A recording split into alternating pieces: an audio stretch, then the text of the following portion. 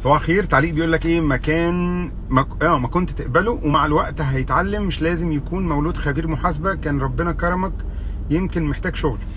بشكر صاحب التعليق طبعا، هو اسمه مش واضح قوي، او اس اس مش عارف المهم يعني شكرا ليك طبعا على التعليق، ويا ريت كلنا ناخد ثواب ان احنا نساعد حد. اوكي بس المشكله اكبر من كده، ان انت لو حد ما عندوش خلفيه عن الموضوع خالص، ما عندوش خلفيه عن الحسابات خالص، تخيل كده معايا ان هو اشتغل شهر واحد، شهر فيه المفروض احداث ماليه بتحصل، هو ما قدرش ان هو يسجلها لان هو مش عارف حسابات، قعد يعك الدنيا، في الاخر خالص ايه النتيجه اللي هنوصل لها؟ الشركه هتتضر، صاحب الشركه هيتضر او اصحاب الشركه ايا كانوا.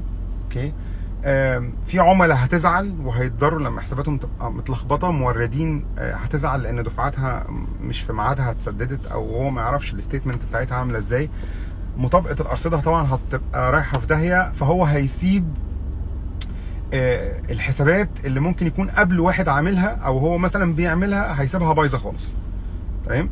وفي الاخر برضه هو هبقى انا ضريته هو نفسه، ليه؟ لان في الاخر بقى تخيل بعد شهر لما الدنيا تبقى متكعبله خالص كده، اكيد هيستغنوا عنه، ترمينيشن على طول، فضريته، هيزعل. طب ما كمل اول يذاكر الاساسيات ويجي يبقى جاهز، بس ده اللي احنا بنتكلم فيه. لكن لو حد عنده الاساسيات وفي حاجات صغيره ساقطه منه كده بتتاخد مع الخبره، اوكي انا ما عنديش مشكله خالص.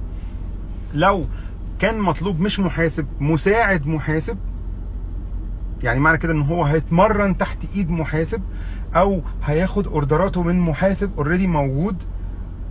تمام. ففي الحاله دي ممكن اقول لك ماشي، هو ما عندهوش خلفيه، ماشي، بس مع الوقت وكده هيظبط. لكن ما ينفعش انت لما تبقى في موقف اختيار حد لازم يكون كواليفايد وتختار حد تعبان، انت هتضر نفسك وهتضر الراجل ده وهتضر الشركه باصحابها. يا رب تكون المعلومه وصلت. شكرا ليك، صباح الفل.